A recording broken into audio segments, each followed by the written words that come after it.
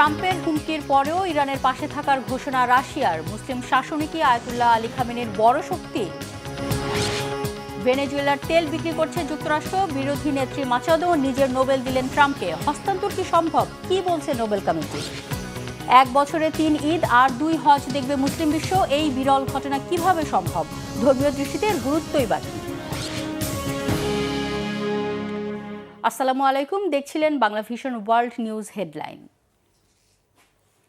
যুক্তরাষ্ট্রের হুমকি উপেক্ষা করে ইরানের পাশে থাকার জোরালো ঘোষণা দিয়েছে রাশিয়া। ইরানের সাথে বাণিজ্যিক সম্পর্ক রাখলে 25% শুল্ক আরোপের মার্কিন হুমকি সত্ত্বেও এমন অবস্থান নিল দেশটি। রাশিয়ার পররাষ্ট্রমন্ত্রী সার্গেই লাভরভ বলেছেন, ওয়াশিংটনের কোনো ব্ল্যাকমেইল তাদের কৌশলগত অবস্থান থেকে সরাতে পারবে না। বিস্তারিত মীর ফজলে রাব্বির ডেস্ক রিপোর্টে। যুক্তরাষ্ট্রের হুমকি উপেক্ষা করেই ইরানের পাশে থাকার জোরালো ঘোষণা দিল রাশিয়া। ইরানের সাথে বাণিজ্যিক সম্পর্ক রাখলে 25% শুল্ক আরোপের মার্কিন হুমকিকে পাত্তাই দিচ্ছেন না রুশ পররাষ্ট্রমন্ত্রী সার্গেই লাভরভ। তিনি সাফ জানিয়ে দিয়েছেন, কোনো তৃতীয় পক্ষের হুমকিতে তেহরান মস্কো কৌশলগত সম্পর্কে ফাটল ধরানো সম্ভব নয়। 14 জানুয়ারি এক সংবাদ সম্মেলনে রাশিয়ার পররাষ্ট্রমন্ত্রী সার্গেই লাভরভ বলেন, ওয়াশিংটনের কোনো ব্ল্যাকমেইল তাদের কৌশলগত অবস্থান থেকে সরাতে পারবে না। সুনির্দিষ্ট চুক্তির ওপর ভিত্তি করে রাশিয়া ও ইরানের সম্পর্ক প্রতিষ্ঠিত। এই সম্পর্ক উভয় রাষ্ট্র এবং তাদের জনগণের স্বার্থ রক্ষা করে। গভীর সম্পর্কের উদাহরণ হিসেবে বুশেহর পারমাণবিক বিদ্যুৎ কেন্দ্র নির্মাণ এবং আন্তর্জাতিক উত্তর দক্ষিণ পরিবহন করিডোরের মতো গুরুত্বপূর্ণ অবকাঠামো প্রকল্পের কথা উল্লেখ করেন লাভরভ। তার মতে, বাস্তবসম্মত এই প্রকল্পগুলোর অংশীদারিত্বে কোনো বাহ্যিক চাপ ফাটল ধরাতে পারবে না।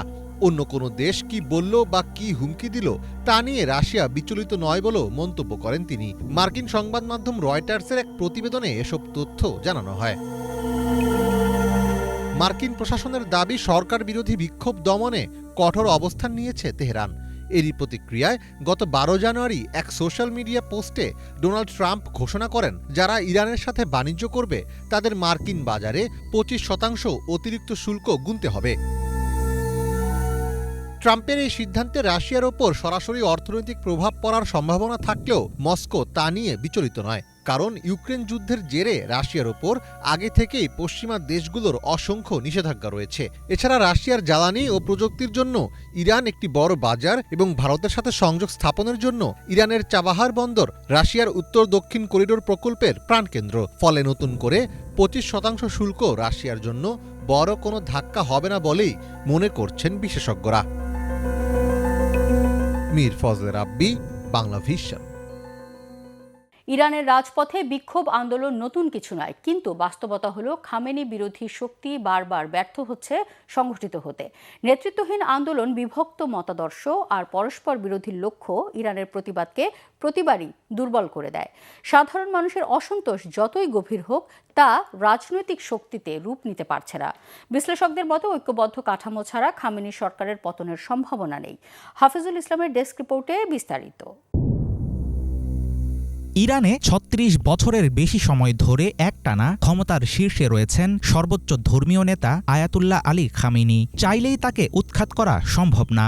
গত 4 দশকে একের পর এক গণ আন্দোলন দেখেছে ইরান। বিদ্যমান শাসন ব্যবস্থার বিরুদ্ধে আওয়াজ উঠলেও ঘটেনি কোনো পরিবর্তন। 1979 সালে ইসলামী বিপ্লবের পর থেকেই দেশটি হাঁটছে অস্থিরতার ভেতর দিয়ে। 1999 সালের ছাত্র আন্দোলন, 2009 সালের গ্রিন মুভমেন্ট, 2019 সালের গণবিক্ষোভ, 2022 সালে মাহসা আমিনিকে ঘিরে বিদ্রোহ এবং এবারের তীব্র আন্দোলন। প্রতিবারই অসন্তোষ সামলে নিয়েছেন ইরানের শীর্ষ নেতারা। দীর্ঘ সময় ধরে ক্ষমতায় থাকলেও কোনো আন্দোলনই খামেনি সরকারের পতন ঘটাতে পারেনি। ইরানে খামেনি বিরোধী পক্ষগুলোর শক্ত কোনো জোটও এখনো গড়ে ওঠেনি। কিন্তু কেন দেশটিতে সফল হয় না সরকার বিরোধী কোনো আন্দোলন?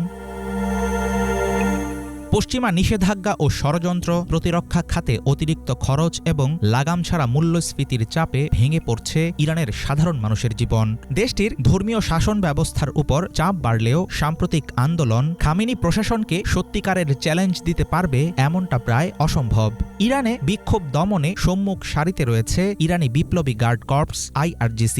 সরাসরি সর্বোচ্চ নেতা আয়াতুল্লাহ আলী খামেনির অধীনে কাজ করে এই বাহিনী। প্রায় 1.5 লক্ষ সশস্ত্র সদস্য, বিশাল অর্থনৈতিক প্রভাব এবং লক্ষাধিক আধাসামরিক বাহিনী নিয়ে শক্তিশালী এক কাঠামো গড়ে তুলেছে আইআরজিসি। বর্তমান ইসলামী শাসন ব্যবস্থা টিকিয়ে রাখাই তাদের সবচেয়ে বড় দায়িত্ব। আইআরজিসিকে মোকাবেলা করে খামেনি বিরোধীরা কি আনতে পারবে কোনো পরিবর্তন? ইরানে অভ্যন্তরীণ বিরোধী দলগুলোর মাঝে মতাদর্শ, নেতৃত্ব আর কৌশল নিয়ে কার্যকর কোনো ঐক্য নেই। ফলে চলমান বিক্ষোভও অন্যান্য বারের মতোই কার্যত নেতৃত্বহীন। ক্ষমতাসীন সরকারকে হুমকিতে ফেলতে পারে ইরানে এমন কোনো বিরোধী কাঠামো গড়েই ওঠেনি। খামেনি প্রশাসনের সবচেয়ে পরিচিত বিরোধী পক্ষ হল দেশটির পুরনো রাজতন্ত্রপন্থীরা। ১৯৭৯ সালের বিপ্লবে ক্ষমতাচ্যুত রাজা শাহ মোহাম্মদ রেজা পাহলভির ছেলে রেজা পাহলভি এখন অবস্থান করছেন যুক্তরাষ্ট্রে। প্রবাসী ইরানিদের বড় একটি অংশ তাকে সমর্থন করলেও দেশের ভেতরে তার গ্রহণযোগ্যতা নিয়ে রয়েছে গভীর সন্দেহ। আবার রাজতন্ত্রপন্থীদের মধ্যেও রয়েছে নানা রকম মতপার্থক্য। পিপলস মুজাহিদিন অর্গানাইজেশন ইরানের আরেকটি পরিচিত বিরোধী পক্ষের নাম। শাহ আমলে এই দলটি যুক্ত ছিল সশস্ত্র আন্দোলনে, কিন্তু ইরান ইরাক যুদ্ধে ইরাকের পক্ষে অবস্থান নিয়েছিল তারা। ফলে ইরানি জনগণের একটি বড় অংশের কাছে পিপলস মুজাহিদিন অর্গানাইজেশন আজও অগ্রহণযোগ্য। ২০০২ সালে ইরানের গোপন পারমাণবিক কর্মসূচি প্রকাশ করে দিয়ে আন্তর্জাতিকভাবে আলোচনায় আসে দলটি। তবে ইরানের ভেতরে তাদের কোনো দৃশ্যমান শক্ত ভিত্তি নেই। নেতৃত্ব নিয়ে প্রশ্ন আর নানা অভিযোগ তাদের বিশ্বাসযোগ্যতাকে চরমভাবে ক্ষতিগ্রস্ত করেছে। ইরান জুড়ে জাতিগতভাবে সংখ্যালঘু অঞ্চলগুলো দীর্ঘদিন ধরেই অস্থিরতার মধ্য দিয়ে যাচ্ছে। কুর্দি ও বেলুচ অধ্যুষিত এলাকাগুলোতে বিক্ষোভ প্রায়ই সহিংস রূপ নিয়ে থাকে। কোথাও স্বায়ত্তশাসনের দাবি, কোথাও ধর্মীয় অধিকারের প্রশ্ন, আবার কোথাও সরকারের বিরুদ্ধে সরাসরি সশস্ত্র প্রতিরোধ। কিন্তু জাতীয় পর্যায়ে ঐক্যবদ্ধ নেতৃত্বের অভাব, বিরোধী দলগুলোর অভ্যন্তরীণ টানাপোড়েনের কারণে জনতার আন্দোলন সরকারের জন্য চূড়ান্ত হুমকি হয় না। সাময়িক সংকটে পড়লেও সর্বোচ্চ ধর্মীয় নেতা আয়াতুল্লাহ আলী খামেনি ও তার প্রশাসনের কোনো রকম ক্ষতিও হয় না। বিশ্লেষকদের ধারণা, আন্দোলন সামলে নিয়ে এবারও তারা টিকে থাকবে ক্ষমতার মসনদে। হাফিজুল ইসলাম, বাংলা ভিশন। অনির্দিষ্টকালের জন্য নিয়ন্ত্রণ নেয়ার পর প্রথম ধাপে ভেনেজুয়েলার তেল বিক্রি শুরু করেছে মার্কিন প্রেসিডেন্ট ডোনাল্ড ট্রাম্প। তেল বিক্রি করে পাওয়া $50 কোটি কাতারের একটি ব্যাংকে রেখেছে ট্রাম্প প্রশাসন। এদিকে মার্কিন বিনিয়োগকে আরও সহজ করতে ভেনেজুয়েলার তেল শিল্প বিষয়ক হাইড্রোকার্বন আইন সংস্কার করার প্রস্তাব দিয়েছেন দেশটির অন্তর্বর্তী প্রেসিডেন্ট ডেলসি রদ্রিগেজ। বিস্তারিত সানজিদা ইসলাম তন্নির ডেস্ক রিপোর্টে। ভেনেজুয়েলায় অভিযান চালিয়ে প্রেসিডেন্ট নিকোলাস মাদুরোকে সস্ত্রীক অপহরণ এবং দেশটির তেল সম্পদের পুরোপুরি নিয়ন্ত্রণ নেয়ার পর আনুষ্ঠানিকভাবে সেই তেল বিক্রি শুরু করেছেন আমেরিকার প্রেসিডেন্ট ডোনাল্ড ট্রাম্প। এরই মধ্যে $50 কোটি তেল বিক্রি করেছে মার্কিন প্রশাসন। তবে তেল বিক্রির অর্থ পৌঁছেনি যুক্তরাষ্ট্রে কিংবা ভেনেজুয়েলায়, রাখা হয়েছে কাতারের একটি ব্যাংকে। কিন্তু ভেনেজুয়েলার তেল বিক্রির টাকা কেন কাতারি ব্যাংকে রাখলেন ট্রাম্প? ভেনেজুয়েলায় না হলেও কেন যুক্তরাষ্ট্রেও আনা হলো না তেলের বিনিময়ে পাওয়া অর্থ? ট্রাম্প প্রশাসনের এক কর্মকর্তা জানিয়েছেন, ভেনেজুয়েলার তেল বিক্রির অর্থ যে ব্যাংকে রাখা হয়েছে সেটির অবস্থান কাতারে হলেও ব্যাংকের নিয়ন্ত্রণ রয়েছে খোদ আমেরিকার হাতে। প্রেসিডেন্ট ডোনাল্ড ট্রাম্পের আদেশেই সেখানে টাকা রাখা হয়েছে বলেও জানান ওই কর্মকর্তা। মার্কিন প্রেসিডেন্ট বরাবরই অভিযোগ করে এসেছেন ভেনেজুয়েলা আমেরিকার তেল সম্পদ অন্যায়ভাবে দখল করেছে। তবে তিনি চান তেল বিক্রি করে যে টাকা আসছে তা যেন শুধু ভেনেজুয়েলার জনগণের কাজে লাগুক। এদিকে দুর্নীতির অভিযোগ সহ নানা কারণে পশ্চিমা দেশগুলোর নিষেধাজ্ঞার মুখে থাকা ভেনেজুয়েলার আন্তর্জাতিক ব্যাংকিং খাতে সীমাবদ্ধতা রয়েছে। আর মাদুরো সরকার জোর করে ভেনেজুয়েলায় বিভিন্ন বিদেশি কোম্পানির মালিকানাধীন তেল ক্ষেত্রের নিয়ন্ত্রণ নিয়েছিল। এখন যার ক্ষতিপূরণ দাবি করছে কোম্পানিগুলো, তাই তেল বিক্রির অর্থ ভেনেজুয়েলার কোনো ব্যাংকে রাখা ঝুঁকিপূর্ণ। শুক্রবার জারি করা এক নির্বাহী আদেশে ডোনাল্ড ট্রাম্প বলেন, কাতারি ব্যাংকে তেল বিক্রির অর্থ রাখায় তার ওপর কোনো বিদেশি কোম্পানি ক্ষতিপূরণ মামলা করে টাকা আটকে রাখতে পারবে না এবং পরবর্তীতে সহজেই সেই টাকা স্থানান্তর করা যাবে। এদিকে ভেনেজুয়েলার তেল খাতে বড় ধরনের পরিবর্তন আনতে যাচ্ছে দেশটির অন্তর্বর্তী প্রেসিডেন্ট ডেলসি রদ্রিগেজ। বৃহস্পতিবার সংসদে দেয়া এক ভাষণে রদ্রিগেজ জানান, দেশটির প্রচলিত হাইড্রোকার্বন আইন সংস্কার করা হবে। এতে বিদেশি বিনিয়োগ আগের চেয়ে সহজ হবে। আমরা হাইড্রোকার্বন সংক্রান্ত অর্গানিক আইনের আংশিক সংস্কারের একটি বিল উত্থাপন করেছি। এই সংস্কারের মাধ্যমে অ্যান্টি ব্লকেড আইনে থাকা উৎপাদনমূলক মডেলগুলোকে আমাদের হাইড্রোকার্বন আইনের আওতায় আনা হবে। এর ফলে বিশেষ করে যেসব তেল ক্ষেত্রে আগে কখনো বিনিয়োগ হয়নি সেসব এলাকায় বিনিয়োগের সুযোগ তৈরি হবে। আমি এই আইনসভা পরিষদের কাছে এই আংশিক সংস্কারের অনুমোদন চাই। এসবের মধ্যেও ভেনিজুয়েলার উপকূলে চলছে মার্কিন সেনাবাহিনীর অভিযান। ক্যারিবীয় সাগরে ভেনিজুয়েলার তেলবাহী আরও একটি ট্যাঙ্কার জাহাজ জব্দ করা হয়েছে। সামাজিক যোগাযোগ মাধ্যমের এক পোস্টে যুক্তরাষ্ট্রের সাউদার্ন কমান্ড জানিয়েছে, কোস্টগার্ড, হোমল্যান্ড সিকিউরিটি বিভাগ এবং বিচার বিভাগের সহযোগিতায় এই অভিযান চালানো হয়েছে। গেল কয়েক সপ্তাহে অঞ্চলটিতে চালানো ষষ্ঠ অভিযান এটি। সানজিদা ইসলাম তন্নি, বাংলা ভিশন, নিউজ ডেস্ক। যুক্তরাষ্ট্রের প্রেসিডেন্ট ডোনাল্ড ট্রাম্পকে নোবেল শান্তি পুরস্কারের পদক উপহার দিলেন ভেনেজুয়েলার বিরোধী নেত্রী মারিয়া করিনা মাচাদো। হোয়াইট হাউসে ট্রাম্পের সঙ্গে বৈঠকে পদকটি ট্রাম্পকে উপহার দিয়ে মাচাদো বলেন, এটি ভেনেজুয়েলার স্বাধীনতার জন্য ট্রাম্পের অনন্য অঙ্গীকারের স্বীকৃতি। তবে নোবেল কমিটি জানিয়েছে পদকটি ভাগ করে নেওয়া বা অন্য কোনো ব্যক্তিকে হস্তান্তর করার কোনো সুযোগ নেই। মীর ফজলে রাব্বির ডেস্ক রিপোর্ট।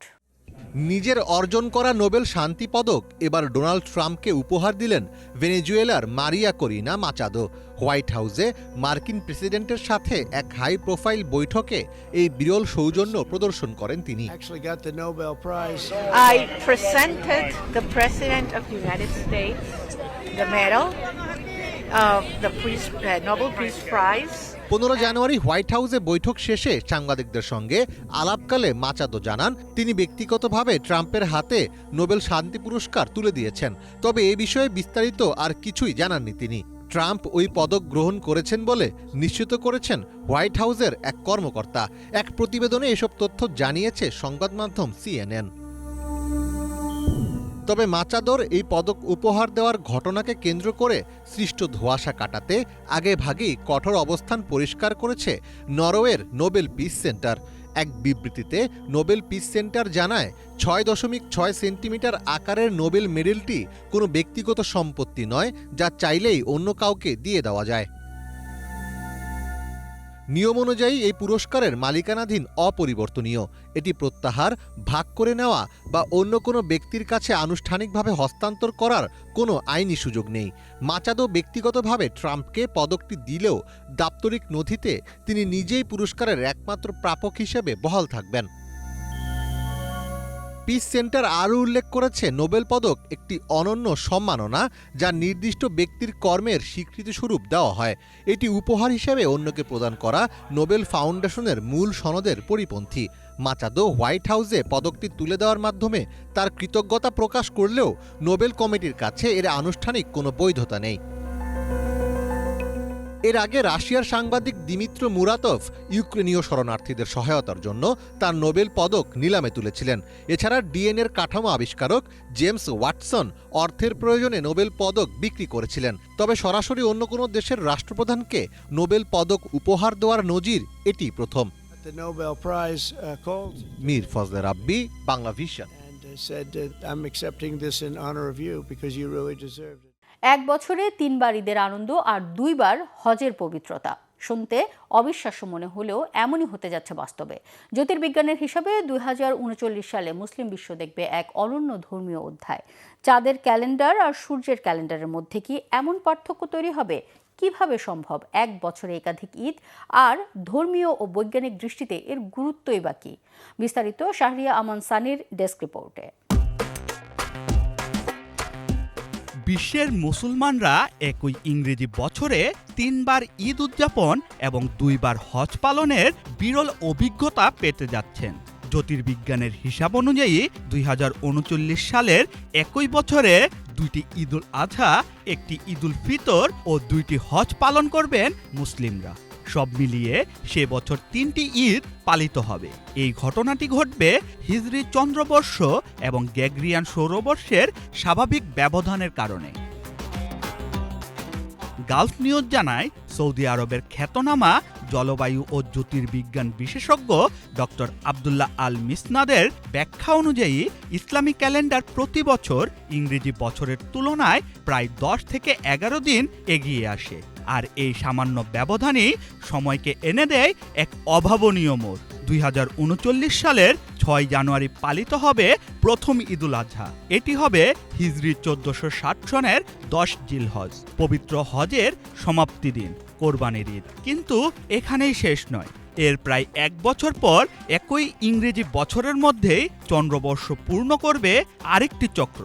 ফলে 2039 সালের 26 ডিসেম্বর আবারও শেষ হবে হজ মৌসুম এবং পালিত হবে দ্বিতীয় ঈদুল আজহা, হিজরি 1461 সনের 10 জিলহজ। অর্থাৎ একই বছরে 2টি পৃথক হজ এবং 2টি ঈদুল আজহা, ইতিহাসে যা অত্যন্ত বিরল। আরও তাৎপর্যপূর্ণ বিষয় হচ্ছে, এই 2 ঈদের আগে 2টি পৃথক আরাফার দিন পালিত হবে। আরাফার দিন হল হজের হৃদয়, যেদিন লাখো হাজির দোয়া আর ইবাদত আরাফাতের ময়দানের আকাশ ছুঁয়ে দেয়। এই 2 ঈদুল আজহার মাঝখানে 2039 সালের 19 অক্টোবর পালিত হওয়ার সম্ভাবনা রয়েছে ঈদুল ফিতর। ফলে রোজা, তারাবি, হজ, কোরবানি, ঈদের নামাজ আর আনন্দ সব মিলিয়ে একই বছরে 3টি ঈদ। এ যেন এক অনন্য ধর্মীয় চক্র।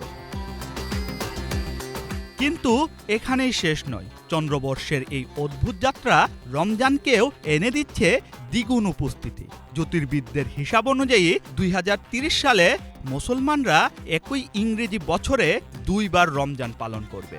প্রথমটি জানুয়ারিতে আর দ্বিতীয়টি ডিসেম্বরে। এর আগে শেষবার এমন ঘটনা ঘটেছিল 1997 সালে, অর্থাৎ প্রায় 33 বছর আগে। বিশেষজ্ঞরা বলছেন, হিজরি ক্যালেন্ডার চাঁদের গতির উপর নির্ভরশীল। এটির বছর হয় 354 বা 355 দিনের। অন্যদিকে গ্রেগরিয়ান ক্যালেন্ডার সূর্যভিত্তিক, 365 কিংবা 366 দিনের। এই পার্থক্যই সময়ের স্রোতে এনে দেয় এমন ব্যতিক্রমী মুহূর্ত। যখন একই বছরে একাধিক রমজান, একাধিক হজ আর একাধিক ঈদ একসঙ্গে জায়গা করে নেয়, সেটি ধর্মীয় দিক থেকে যেমন তাৎপর্যপূর্ণ, তেমনি জ্যোতির্বিজ্ঞান দৃষ্টিতেও এটি এক বিস্ময়কর ঘটনা। শাহরিয়ামান সানি, বাংলা ভিশন। তুরস্কের গাজিয়ান্টেপে গভীর রাতে চারপাশ জনশূন্য, দোকানপাট আধা খোলা, বিক্রেতা নেই। এমন সময় 2 মুসলিম যুবক আসলেন পেঁয়াজ কিনতে। তারা চাইলেন পেঁয়াজ তুলে নিয়ে চলে যেতে পারতেন, কিন্তু কেউ দেখতো না, কেউ জানতো না। অন্ধকার রাস্তায় মানবতার আলো ছড়িয়ে যে কাণ্ড ঘটল তা পুরো বিশ্বকে অবাক করে দিল। কি করেছিলেন তারা? মোর্শেদ আলমের ডেস্ক রিপোর্ট। 2 মুসলিম যুবকের সততা দেখে চমকে উঠল বিশ্ববাসী। গভীর রাতে কনকনে শীতের মধ্যে রাস্তার ধারে ছোট্ট একটি দোকান আধ খোলা অবস্থায় ছিল। আশপাশে ছিল না কোনো মানুষ বা বিক্রেতা। নির্জন সেই মুহূর্তে 2 যুবক ধীরে ধীরে দোকানের সামনে এসে থামলেন। তাদের জরুরি কিছু পেঁয়াজের প্রয়োজন ছিল। কি করবেন বুঝে উঠতে পারছিলেন না। সামনে ছিল সিসিটিভি ক্যামেরা। সেখানে দেখা যায় তারা কয়েকটি পেঁয়াজ হাতে তুলে ক্যামেরার সামনে একদম কাছে নিয়ে গুনে গুনে দেখালেন, যেন সিসিটিভির চোখের সামনে হিসেবটা পরিষ্কার থাকে। এরপর পকেট থেকে 20 লিরার, বাংলায় 55 টাকার একটি নোট বের করে ক্যামেরার দিকেই মেলে ধরেন, যাতে স্পষ্ট বোঝা যায় তারা চুরি করছেন না, বরং পেঁয়াজের দাম দিচ্ছেন। নিঃশব্দে সেই টাকাটি দোকানের নিরাপদ জায়গায় রেখে পেঁয়াজ হাতে চলে গেলেন অন্ধকার রাতে। পরদিন সকালে দোকানদার দোকান খুলে দেখেন অদ্ভুতভাবে রাখা 20 লিরা। প্রথমে তিনি চমকে ওঠেন, পরে ফুটেজ দেখে চোখ ভিজে আসে তার। আবেগ ধরে রাখতে পারেননি। তুরস্কের গাজিয়ান্টেপের এই ঘটনাটিকে দেশটির গণমাধ্যম তাদের অভিহিত করেছেন রাতের হিরো বলে। দোকানদার ভিডিওটি সোশ্যাল মিডিয়ায় শেয়ার করার পর মুহূর্তে ভাইরাল হয়ে যায়। 2 যুবকের সরলতা, সততা আর স্বচ্ছতার এমন নিদর্শন দেখে নেটিজেনরা চমকে ওঠেন। কেউ কেউ লেখেন, অন্ধকার রাতেও মানবতার আলো জ্বলে, আইন নয়, মানুষ নিজেই নিজের অভিভাবক। এই ভিডিও তারই উদাহরণ। মোর্শেদ আলম, বাংলা ভিশন। সকালের ব্যস্ত সময়ে 2 সন্তানকে স্কুলে পৌঁছে দিতে গেলেন এক বাবা। স্কুটি থামিয়ে বড় ছেলেকে নামাতে যেতেই কৌতূহলী ছোট ছেলের হাতে থেকে পড়ে যায় এসকেলেটর। মুহূর্তে স্কুটি রকেটের গতিতে ছুটে যায় সামনে, সজোরে গিয়ে ধাক্কা লাগে গাছের সঙ্গে। ভারতের জয়পুরে ঘটে যাওয়া ঘটনাটি ধরা পড়ে সিসিটিভিতে। শেষ পর্যন্ত কি হয়েছিল শিশুটির ভাগ্যে? মোর্শেদ আলমের আরও একটি ডেস্ক রিপোর্ট। সকালের ব্যস্ত সময় 2 সন্তানকে নিয়ে স্কুটি চালিয়ে স্কুলের সামনে পৌঁছালেন এক বাবা। বড় ছেলেকে নামিয়ে দিতে স্কুটিকে গেটের ঠিক সামনে থামান তিনি। ছোট ছেলে তখন স্কুটিতে বসা, ইঞ্জিনও ছিল চালু। বড় ছেলেকে কিছু দিতে স্কুটি থেকে নেমে যান বাবা। এরপরেই ছোট ছেলের কাণ্ডে ঘটে মহাবিপত্তি। কয়েক সেকেন্ডের মধ্যেই কৌতূহলী ছোট ছেলে হাত বাড়িয়ে চাপ দেয় এক্সিলারেটরে। মুহূর্তে স্কুটির সামনে ঝাঁকুনি মেরে ছুটে যায় রকেট গতিতে। বাবা আর বড় ভাই পেছনে দৌড়াতে থাকেন, কিন্তু ততক্ষণে দেরি হয়ে গেছে। স্কুটি দ্রুত গতিতে দূরে গিয়ে সজোরে ধাক্কা খায়। ছোট্ট শিশুটি ছিটকে পড়ে রাস্তায়। চারদিকে আতঙ্ক ছড়িয়ে পড়ে। আশপাশে থাকা লোকজনও ছুটে যায় শিশুটিকে উদ্ধার করতে। এরপর ঘটনার একটি সিসিটিভি ফুটেজ ভাইরাল হয় সামাজিক যোগাযোগ মাধ্যমে। সেখানে দেখা গেল এই ভয়াবহ মুহূর্ত। ভারতের রাজস্থানের যোধপুরের এই ঘটনার পর শিশুটির বর্তমান শারীরিক অবস্থা সম্পর্কে এখনো কোনো আনুষ্ঠানিক তথ্য জানা যায়নি। নেটিজেনরা বলছেন, স্কুটি চালু রেখে শিশুকে একা বসিয়ে রাখা বড় ভুল। কেউ কেউ মন্তব্য করেছেন, 1 সেকেন্ডের অসতর্কতা কত বড় দুর্ঘটনা ডেকে আনতে পারে তার জীবন্ত উদাহরণ এই ভিডিওটি। মোর্শেদ আলম, বাংলা ভিশন। এই ছিল আজকের মতো, সাথে থাকায় ধন্যবাদ।